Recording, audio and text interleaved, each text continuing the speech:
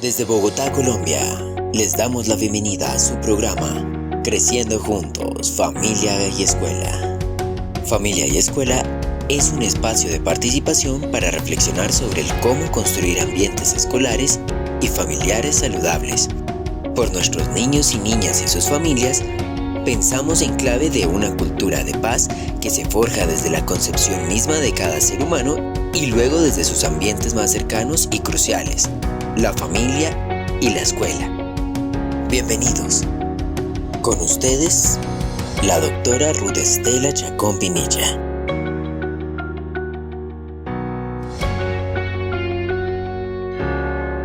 Bienvenidos este domingo a Creciendo Juntos, Familia y Escuela. Gracias por acompañarnos y estar construyendo ambientes familiares y escolares saludables.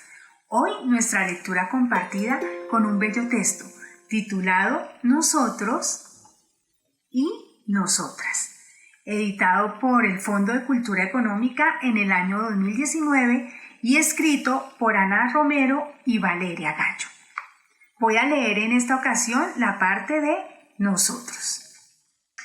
Hace mucho tiempo nos obligan a hacer montones de cosas. Había verbos que ejecutar con urgencia para mantenernos alejados de las peligrosas emociones. Aguántate como los machos, decían hace muchos años. O no tantos. Tal vez los años son menos que las obligaciones. Algo tan simple como llorar, por ejemplo, era un verbo que debíamos ignorar. Pero las lágrimas a veces son invisibles. Buscamos los mejores escondites para ocultar nuestro llanto y que nadie se enterara de que siempre hemos sabido llorar. Había que demostrar nuestra fortaleza matándonos los unos a los otros. Mucho tiempo tuvimos que cargar fusiles, pero aprendimos a errar el tiro. Intentamos matar la guerra. Estábamos obligados a votar por gobernantes que otros más serios e importantes ya habían elegido. Solo era cosa de seguir las instrucciones. Huyan del verbo cuestionar, corran hacia el otro lado. Fue entonces cuando algunos de nosotros tuvieron que alzar la voz. Los llamaban desarrapados, hijos ingratos, revolucionarios. En algún tiempo, en algún punto, nos han prohibido querer, sentir, escuchar, estirar la mano para acariciar con ternura. Nos forzaron a salir de casa para ir a comernos el mundo. La hombría debía ejecutarse en la calle. Nuestras manos eran muy toscas para mecer a un bebé y nuestros dedos muy grandes para ensartar una aguja.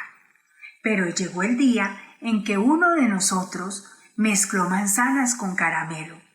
Otro rejuveneció un traje con puntadas invisibles. Aquel de allá hizo reaparecer la belleza en cualquier gesto de ternura. Nos han obligado a gritar más fuerte, a hablar muy poco, olvidarnos de saltar la cuerda, despreciar el ballet y detestar las muñecas. Nos han obligado, pero eso no significa que siempre hayamos obedecido. Durante cientos de años nos obligaron a ocultar nuestros sentimientos. Nos prohibieron la derrota, la ternura, el miedo. Si lo hacíamos de forma distinta, no servíamos como hombres. Ser niño no era suficiente. Había que demostrarlo. Ser el más fuerte. Pero ni las prohibiciones ni las obligaciones nos han impedido ser lo único que somos, personas. Y las personas no cabemos en un molde ni en una caja.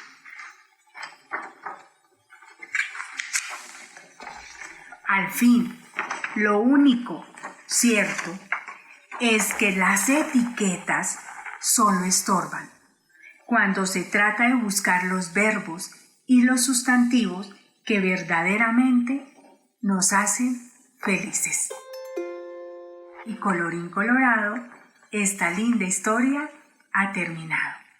En nuestra cabecita y en nuestro corazón ha quedado. Bienvenidos a nuestra emisión de hoy.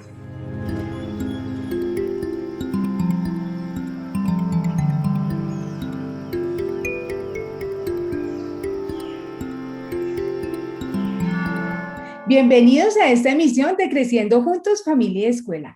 Hoy muy contentos de tener a un invitado con un tema bien polémico, bien especial, pero que muy seguramente debemos conversar en familia.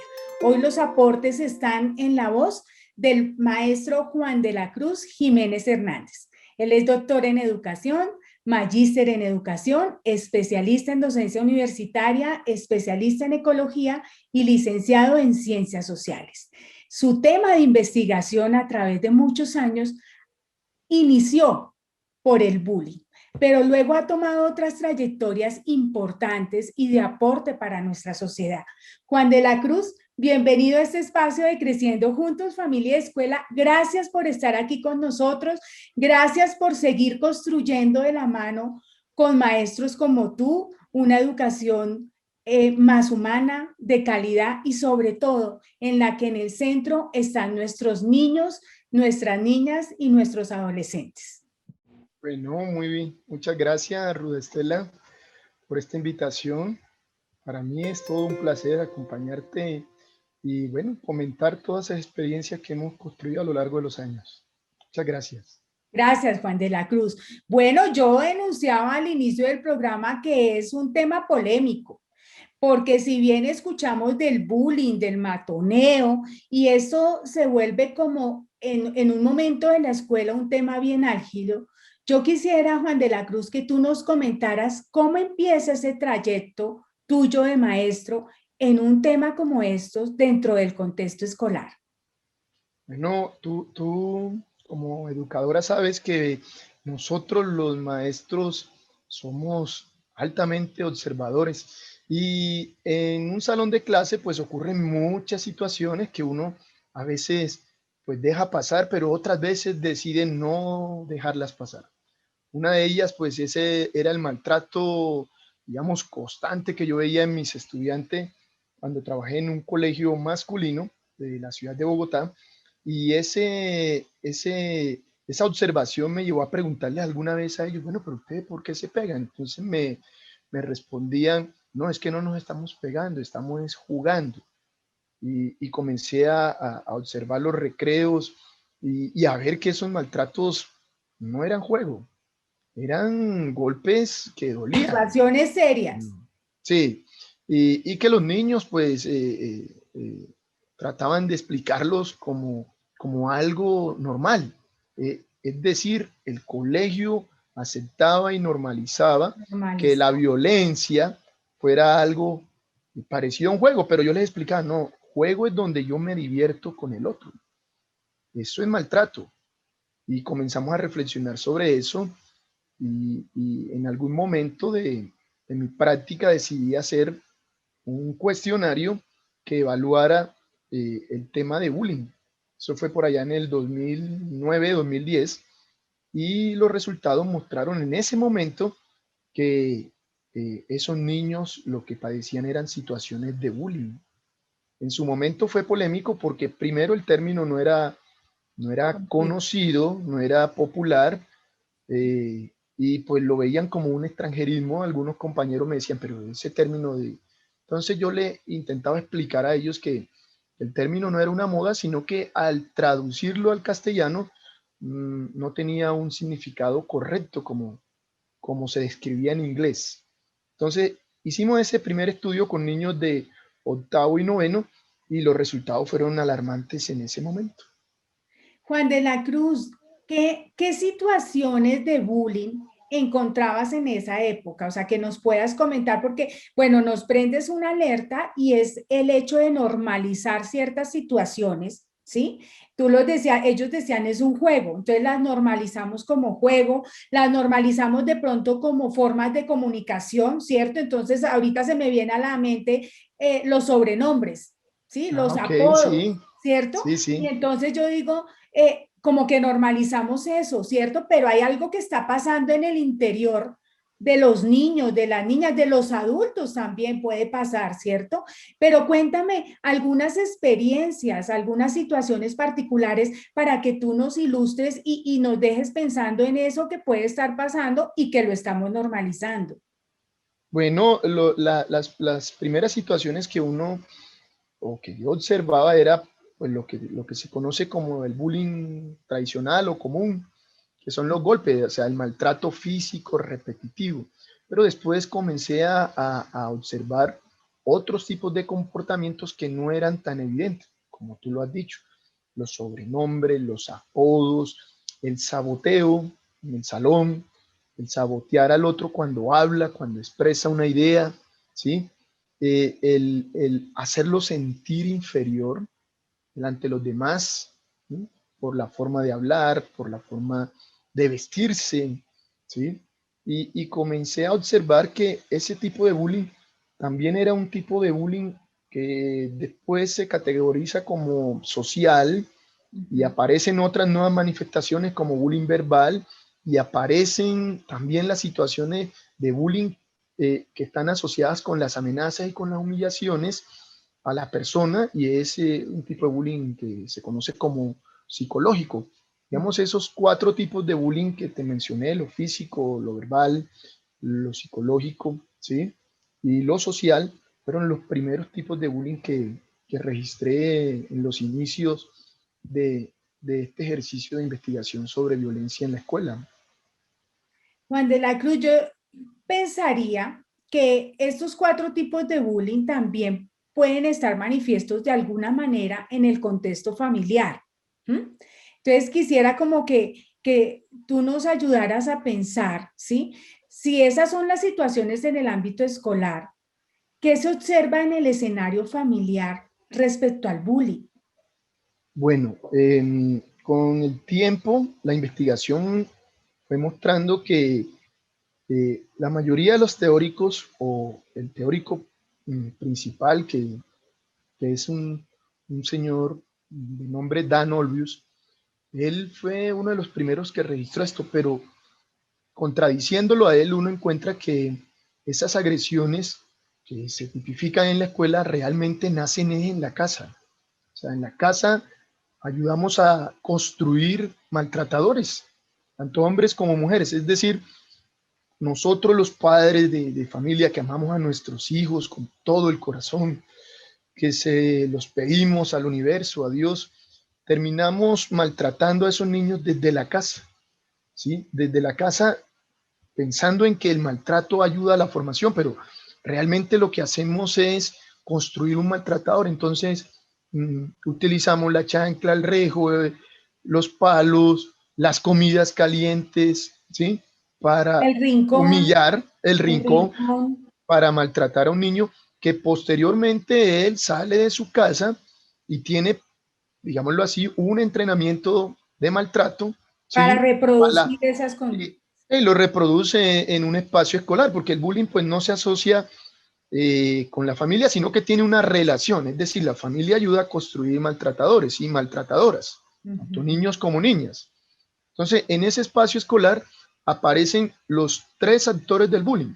El que maltrata, ¿sí? Se vuelve victimario, el maltratado, que es una víctima, y el espectador, que lo vemos todos los días en nuestro país, el que no, el indiferente, el que no se quiere meter en nada, el que no No opina se en nada, porque inmiscuye. sí, porque dice, no, después vienen y se meten conmigo, entonces ve cómo maltratan al otro y calla, ¿sí? Entonces, esos dos niños, tú los ves bien, los analizamos bien, ese maltratador no nace en la escuela, ya viene formado, viene entrenado. Y ese niño que es maltratado, muchas veces también ha sufrido maltrato en su casa, pero opta por una actitud sumisa, es decir, no alza su voz, no manifiesta o indignación por ese maltrato, sino que lo calla, ¿sí? Y ese niño sumiso también es formado en la casa.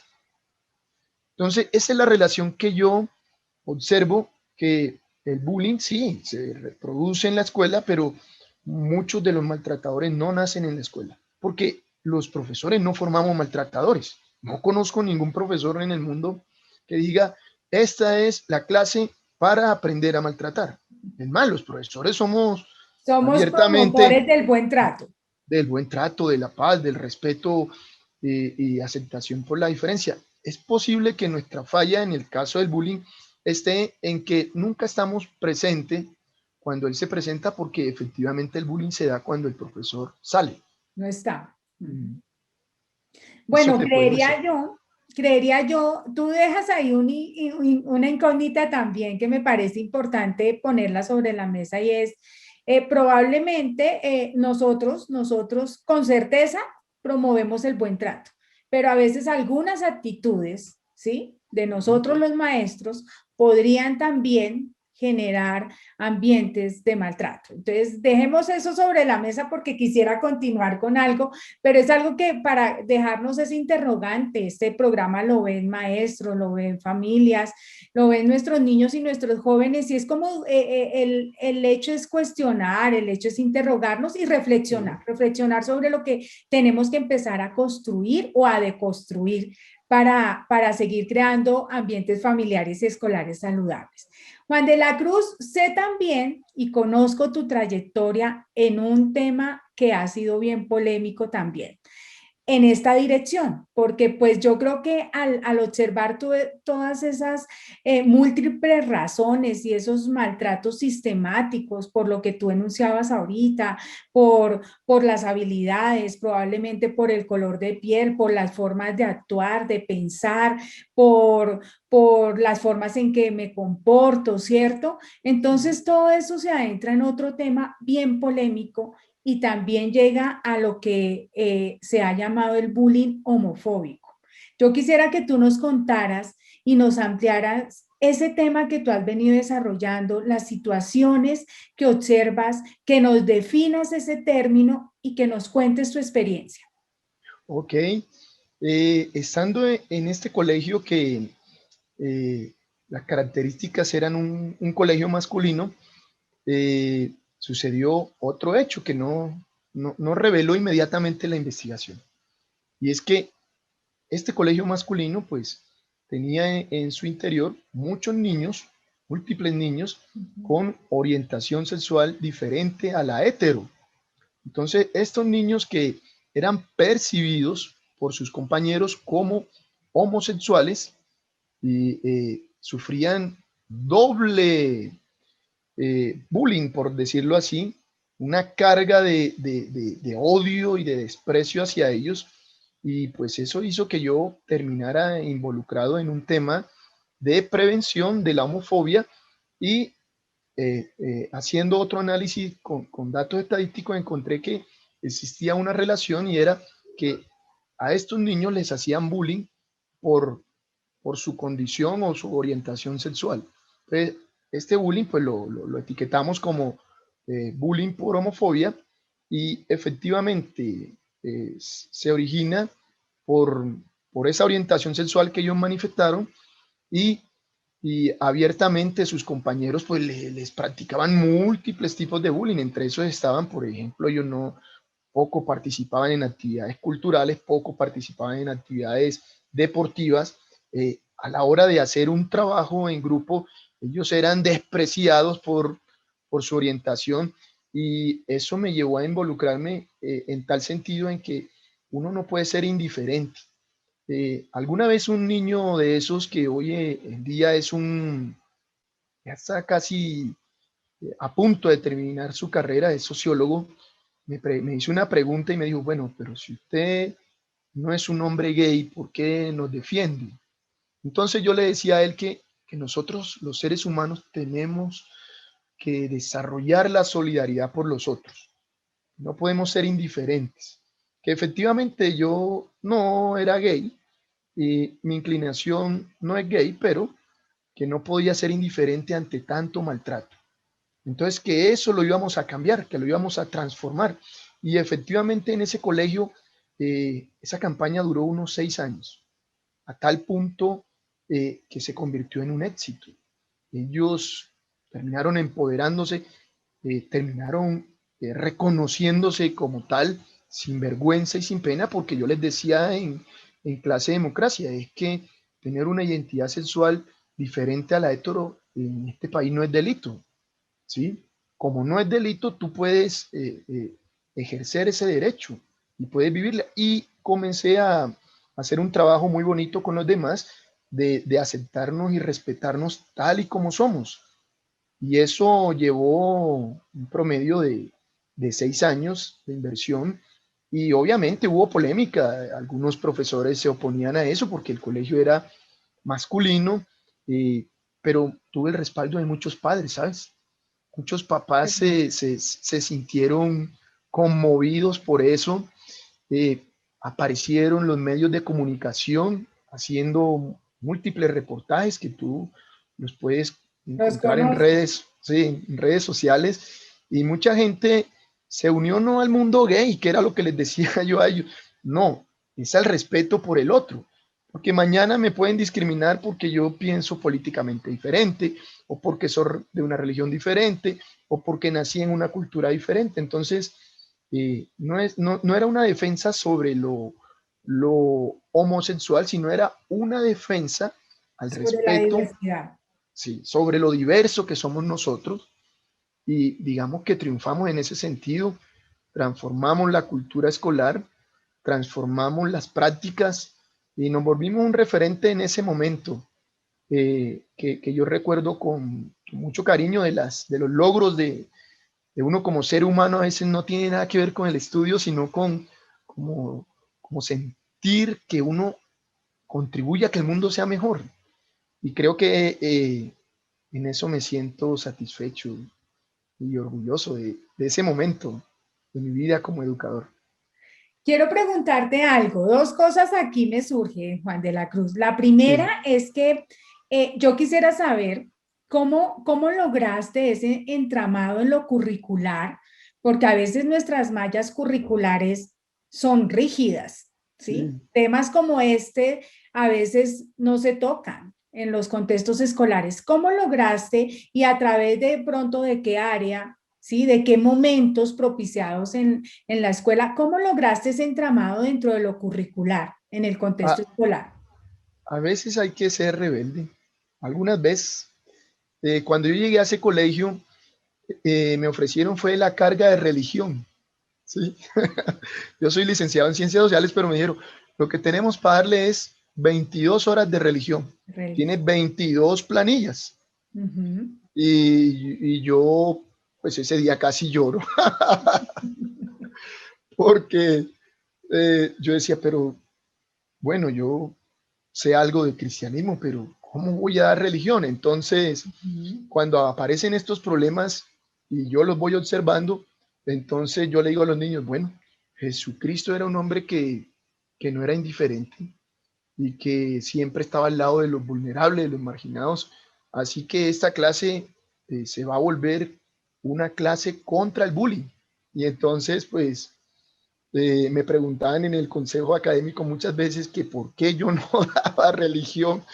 Y yo les argumentaba diciéndole, no, yo sí doy religión, porque yo hablo del amor hacia los demás, De la del bondad. amor hacia uno mismo, y yo enseño los valores cristianos, pero no los enseño como un catecismo, sino de una vivencia.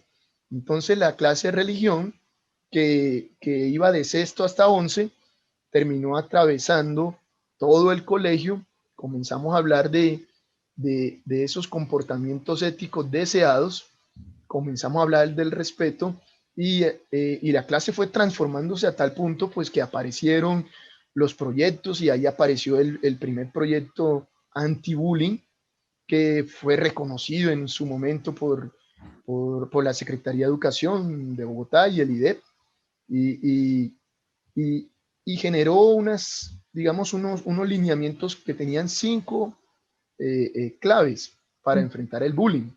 Entonces nosotros construimos un microcurrículo dentro de religión Y ya después cuando en algún momento quisieron cambiarme de religión, entonces yo no aceptaba, yo decía, no, yo soy ya de religión. Era un proyecto. Sí, entonces eh, sabía yo que si soltaba religión, pues ya no vería a los niños.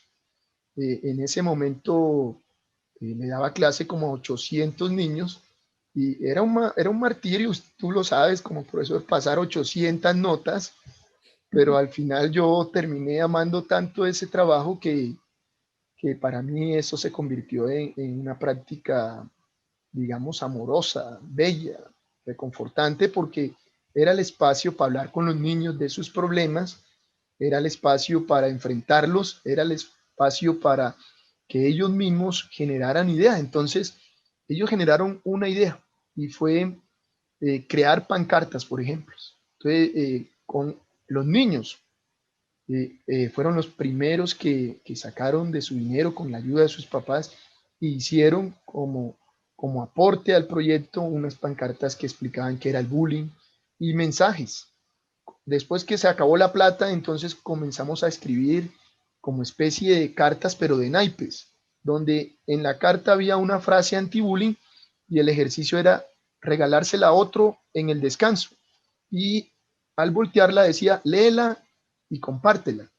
Entonces ese era nuestro Messenger o nuestro WhatsApp en su momento. El voz Entonces, a voz. sí, entonces repartíamos carticas y todos los días voluntarios por montón aparecían repartiendo frases y todo valía. Entonces, en cartulina, en papel, ¿sí? Con corazones, sin corazones, pro, mensajes provocadores. Había uno que decía, solo los pichurrias hacen bullying. Y eso Parte de la sí, cotidianidad de nuestros sí, sí, sí, estudiantes. sí, sí. Y habían frases provocadoras, pero invitando a que en un ambiente masculino no hubiese bullying. Y bueno, comenzamos a hablar de las nuevas masculinidades, de que los hombres sí nos duelen los golpes, a los hombres sí nos duelen las ofensas, que no somos tan machos como las mujeres no, nos ven, ni como la sociedad nos ha construido, ni como las mamás, sino que también lloramos y también nos ponemos tristes y también nos duelen las ofensas y también nos encanta que nos incluyan. Bueno, comenzamos a hablar de muchos conceptos en esa clase de religión que al final pues terminó trabajando el concepto de amor, pero desde Jesucristo, desde múltiples formas, sin requerir al catolicismo o al catecismo directamente. Y Mira que así, tú sí. nos dejas aquí una enseñanza interesante con todo esto, Juan de la Cruz, porque es el hecho de la apertura frente a esos currículos, ¿sí? Un currículo que pertenece, digamos, a un área específica, religión, pero es la apertura que se hace y que debemos estar prestos a que ese currículo, esas áreas, entren en las situaciones y en las vivencias y en la cotidianidad de nuestros estudiantes, tanto para los maestros como para los padres de familia también, que ellos esperan ver un currículo muy plasmado, pero también reconocer ese currículo que se va construyendo desde la dinámica propia de los contextos, desde las necesidades y expectativas de los protagonistas de nuestra labor, que es nuestros estudiantes. Quisiera preguntarte, tú ya nos diste algunas pistas importantes de ese programa anti-bullying. Sí, yo sé que hay publicaciones en la Secretaría de Educación Distrital, también el Instituto para la Investigación y Desarrollo Pedagógico, IDEP, te ha hecho reconocimientos frente a esta labor que has liderado y en el que llevas una bandera bien importante, Juan de la Cruz. Hoy Creciendo Juntos, Familia y Escuela también te salta como ese maestro que le ha apostado a esas nuevas masculinidades. Y hoy, y casualmente cuando yo te decía quiero que estés en junio en el programa es porque celebramos tradicionalmente en Colombia el Día del Padre en este mes y siento que a ese contexto de padre, de masculinidad, se le han cargado muchas cosas como las que tú dices, no sentir, ser los fuertes, no expresar, guardar la emoción. Quisiera que nos hablaras un poco más de cómo construir esas masculinidades en tu proyecto anti-bullying. Bueno, todo ese concepto de masculinidad, pues se ha ido revaluando con el tiempo. Tú bien sabes que hay digamos, un movimiento que invita a que nosotros los hombres, pues, uno nos quitemos esa máscara de fuerte y nos mostremos como lo que somos, seres humanos. Esa construcción de masculinidad la podemos lograr desde nuestras casas, con nuestros hijos. Yo soy papá de dos niños, de dos varoncitos, y bueno, con ellos hago ese ejercicio de educarlos, de, de, de reconocerlos como tal, ¿sí? De no etiquetarlos o llenarlos de estereotipos que mis hijos deben ser o no deben ser. Como papá yo permito que ellos sean como ellos son, sin necesidad de etiquetarlos como fuertes, como musculosos, como que tienen que ser veloces, sino que los dos, tengo dos hijos que son totalmente diferentes el uno al otro, ¿sí? Y el uno efectivamente juega a eso que tú dices, a ser fuerte, a ser duro, y el otro se muestra y cuando el otro le reclama, le dice, oh, pero no llore porque usted es... Le digo, no, no, no, señor, él es como debe ser. En el colegio podemos construirlos educando también a las niñas, a que vean que los hombres somos también sensibles, ¿sí? Y no por eso somos debiluchos o valemos menos que el otro que es el duro, el fuerte. Tenemos que educar a nuestros jóvenes para que ellos reconozcan que existen múltiples tipos de masculinidades, que no hay una sola, y que todas esas masculinidades que con las que cargamos, con todos esos estereotipos, son una construcción cultural, pero también podemos deconstruirla para que esta sociedad se vuelva, como es el lema del milenio, de los objetivos de desarrollo sostenible, más humana, más incluyente, más respetuosa, que valore al otro tal y como es y no que lo etiquete. Eso te puedo decir. Yo quisiera preguntarte, Juan de la Cruz, la familia, ¿cómo participó la familia? Bueno, tú ya nos contaste algo de las pancartas que empezaron a hacer, los letreros, pero ¿cómo participaba la familia en ese programa anti-bullying? ¿Cómo la vinculabas? ¿Qué reacciones tenían frente a este programa? Bueno, algunas mamás, más que todo las mamás, muy pocos papás se me acercaron, pero las que más se me acercaban fueron muchas mamás de estos niños que eran maltratados. Es que el maltrato fue duro. Esos niños les iba mal en la época del refrigerio, de las bolsas de leche y jugo. Muchos niños esos cuando pasaban los mojaban con los jugos, les decían cosas terribles. Eso fue hasta documentado y fue convertido en un cortometraje que Señal Colombia y la Secretaría de Educación pasó. Pero los papás, más que todas las mamás, eran las que se acercaban a agradecerme, se acercaban a decirme que contara con ellas, que muchas gracias por, por, por visibilizar la situación de maltrato de sus hijos. Eran más que todas las mamás muy solidarias entre ellas. Y bueno, yo en algún momento también fui reconocido por todos mis estudiantes, o sea, mis estudiantes del colegio en algún momento el Día del Profesor, organizaron el Día del Profesor y hicieron un reconocimiento público por eso. Algunos papás hicieron ese ejercicio también en su momento.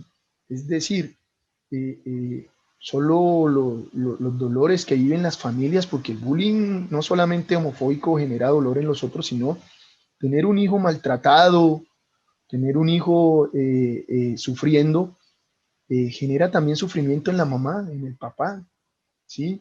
Tener un niño maltratador también genera angustia. Los vi a muchos papás quebrarse por el comportamiento de sus hijos, de ser identificado como un hombre maltratador en el colegio. Los vi quebrados. Vi llorando a un papá alguna vez por eso.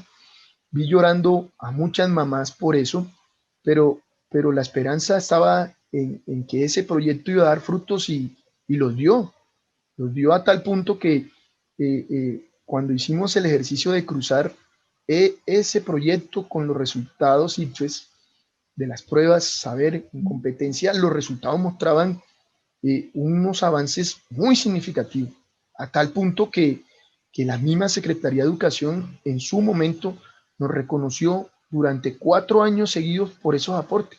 Y los papás lo hacían a su manera. El abrazo, que es muy reconfortante en los colegios, porque a nosotros los profesores nos encanta que los papás se sientan bien con nuestro trabajo, nos encantan que los niños se sientan felices, ¿sí? Esos abrazos, esas palabras, ahí estuvieron presentes. Y obviamente también estuvo la otra parte, algunas personas que de una u otra manera se oponían a ese tipo de programas porque lo consideraban que promovía de una u otra manera que los niños se declararan gay o Que lo hicieran más sexuales. abiertamente, que no tuvieran Sí, temor de expresar su orientación sexual. entonces yo le decía a alguno de esos colegas que en su momento, no, miren, la, la violencia no se disminuye porque no hablemos de ella, o el bullying no se disminuye porque hablemos, no hablemos de él, o el bullying aumenta porque hablemos de él, no, lo que se hacen es visible los problemas. Y al visibilizarlo, pues contribuimos con eso. Yo pienso que es la primera experiencia así significativa que me cambió la vida, porque comencé a ver a mis hijos de otra manera, porque comencé a ver a mis sobrinos de otras maneras, porque comencé a ver a todas las personas de otra manera. Esa experiencia también me transformó a mí, duramente, digo yo, y positivamente, como padre y como tío y como hermano. Y bueno, algunas preguntas todavía de eso surgen. Mi hijo tiene 8 años y él me pregunta, ¿qué es lo que es un homosexual? ¿Qué es un hombre gay? Y yo le explico con todo el cariño y todo el amor del mundo, sin tabús, como le digo yo a él. En esta casa no hay tabú. Ese fue un cambio, por ejemplo. Posiblemente, a pesar de mis estudios y todas estas cosas, es posible que me hubiera incomodado en algún momento, pero esa experiencia de años atrás, de casi 10 años atrás, también transformó mi vida en ese sentido. Juan de la Cruz, quiero preguntarte algo. Ya te adelantaste un poco a la pregunta que venía y era, ¿cuál es la mayor satisfacción que has tenido durante todo este trayecto? Tú me decías de ver a esos padres, digamos, reconociendo a sus hijos, ver cómo se involucran también, ¿cierto? Has nombrado una transformación que me parece que la escuela y la comunidad y los padres y las familias deben reconocer, y es que nosotros también los maestros nos transformamos cuando llevamos a cabo todos estos proyectos, porque no nos transformamos solo como maestros, sino también como padres, como madres, como seres humanos, y entonces es un crecimiento mutuo. Quisiera que me puntualizaras la mayor satisfacción en todo este camino, Juan de la Cruz. Bueno, la satisfacción más grande que tuve fue, eh, primero, lo conmovido que lo conmovido que me aparecía y que me generaba, porque yo soy llorón aquí donde me ve. A mí se me aguan los ojos cuando veo a otro sufriendo. Entonces, en algún momento yo hablaba con uno de estos niños que sufría mucho maltrato, llorando, y me sentaba con él y años después verlo empoderado, terminando su carrera. Ese fue uno de los niños que vi cómo progresó con el programa. Él se ganó una beca. Entonces esas cosas a uno le llenan el corazón de satisfacción y de alegría, que uno dice, oiga, tengo un propósito en la vida, y al convertirme en profesor no solamente es una cuestión de tablero y marcador, diapositivas o de libros, sino de tocarle el corazón a otro. Entonces, y cuando uno le toca el corazón a otro, pues también se lo toca a uno mismo, ¿sí? Y esas son, digamos, las satisfacciones que vi. Cuando yo tengo una red social, estoy en una red social, y muchos de los que me siguen fueron estudiantes míos, Estudiantes. sí, estudiantes. Y esos estudiantes míos ya son hombres y mujeres de bien, transformados profesionalmente, son padres de familia, y cuando yo los veo que me envían su aprecio, su cariño y su afecto, que es honesto y sincero, yo digo, bueno, estamos haciendo bien el trabajo, estamos cumpliendo la misión. La impronta que Sí. has dejado. Porque yo sé que en el fondo, pues las clases de sociales, como me ocurrió a mí, se olvidarán. Uno olvida esos contenidos, uno olvida esas frases, pero uno nunca olvida el trato de las personas. Hay una frase por ahí en la tierra en la que yo nací que dice que uno no se conoce, o que las personas no las conocemos por lo que tienen, sino por lo que dan. Entonces, de nada serviría mucho estudio en la vida si uno con esos estudios no transforma la vida de otros. Y si uno no ayuda a que la vida de otros sea mejor, y si uno no contribuye a la felicidad de otro, yo pienso que uno perdió su tiempo. Pero si uno logró eso es fantástico, eso es hermoso, y eso es lo que hace que uno siga siendo educador y se levante todas las mañanas y sueñe. Y ese proyecto de bullying finalizó ahí en el 2017. Finalizó en el 2017, pero en el nuevo colegio donde llegué con la misma actitud. Ya no hablar tanto de bullying, sino de otros problemas que tienen los niños, como bien saben, pues el consumo de droga, la violencia, las pandillas, el ciberbullying. Y que van apareciendo dependiendo del contexto, ¿no, Juan de la Cruz? Contexto, sí, sí. Dependiendo de los contextos. Es correcto. Cuando tú me preguntaste en algún momento que cuáles eran esas líneas del programa antibullying, una de ellas estaba a investigar, es decir, los profesores no podemos llegar, y las familias, montando un programa antibullying en un colegio, copiando un modelo de otro lado, porque el contexto inmediatamente es diferente.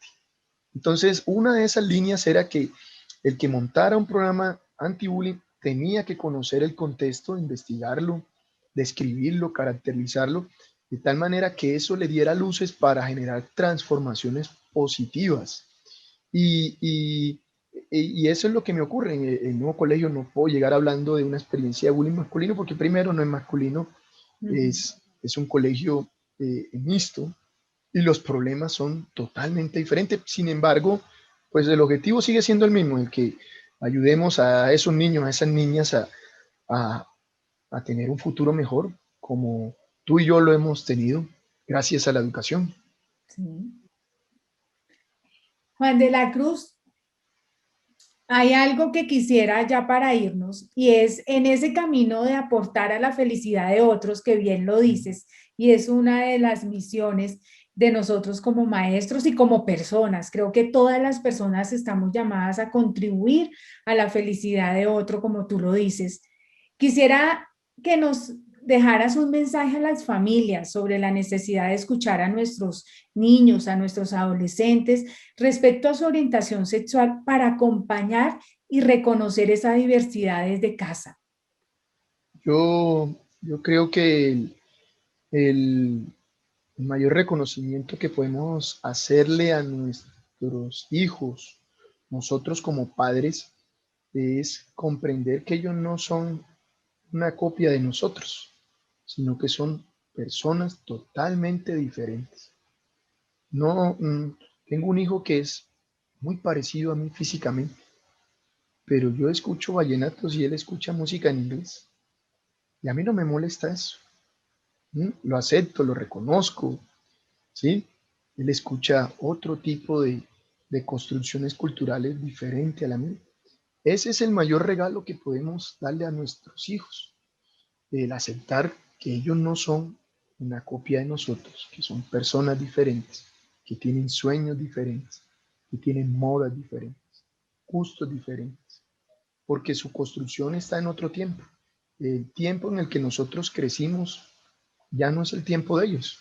Ellos están en otro tiempo, están en otros espacios, y reconocerlos tal y como son hace que ellos se vuelvan seguros, que se vuelvan unas personas con autoestima, con confianza. con confianza en sí mismo, y personas que sean capaces de aceptar y reconocer que el otro no es raro, el otro es solamente otro, diferente, y que tiene igual derecho a ser feliz, igual derecho a transitar por este camino y gozárselo, porque la vida es eso, un camino para gozarlo y disfrutarlo. Y los que nos encontremos ahí en el camino, pues ayudarlos a que su camino sea agradable, de lo que da recibe, dicen por ahí. Yo lo digo es que nacimos para ser felices, Juan de la Cruz, y ser felices no es tener todo económicamente, sino disfrutar el día a día, disfrutar el amor de las personas con quienes nos encontramos y disfrutar de esa construcción mutua que podemos hacer. Juan de la Cruz, un mensaje a la escuela, a los maestros que hoy nos escuchan frente a estas situaciones en las que podemos trascender, pues es un tema ligado a sufrimiento, tú lo has dicho. A uno de maestros lo toca el sufrimiento de esa familia que es víctima, es de parte de la víctima o del victimario, pero hay un sufrimiento y hay un menoscabo de la autoestima. Entonces, un mensaje a la escuela, Juan de la Cruz. O yo sé que un alto porcentaje de colegas no son indiferentes. No son indiferentes porque los maestros somos personas muy sensibles, ¿sí? Sin embargo, el mensaje para ellos es que sigan siendo así, proactivos, jamás indiferente con el sufrimiento de sus estudiantes. Los contenidos van y vienen, que sigan siendo buenos seres humanos, que ayuden a que sus estudiantes logren encontrar sus caminos, sus propósitos, sus metas. Y a aquellos que son indiferentes, pues que renuncien a eso, que los seres humanos solo estamos por un momento en esta vida y que nuestro mayor legado será ese, el hacer que el mundo sea mejor, ¿sí? Que nuestros estudiantes nos recuerden, no porque teníamos un título de doctor o de magíster o de licenciado, sino porque éramos excelentes seres humanos y nunca fuimos indiferentes y nunca estuvimos por debajo a las expectativas de ellos. Eh, y sé que mis compañeros y mis colegas están en esa dirección.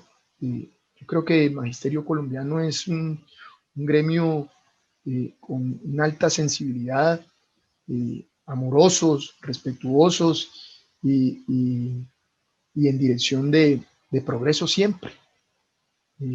Que se les quiere mucho y se les aprecia por todo el trabajo y por toda la dedicación.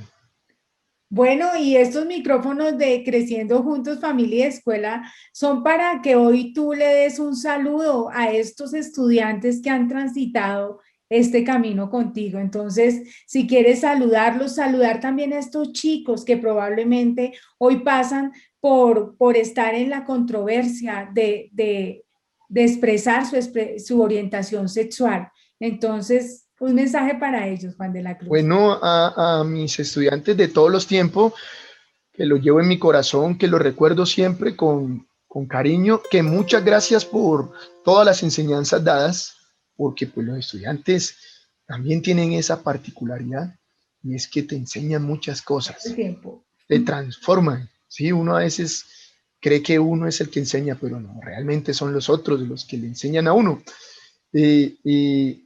Y a los que tienen una orientación sexual diferente, pues que no se avergüencen de eso, que Jesucristo era el hombre más incluyente del mundo y decía una frase por ahí que muchas veces no le prestamos atención, pero ¿quién soy yo para juzgar al otro?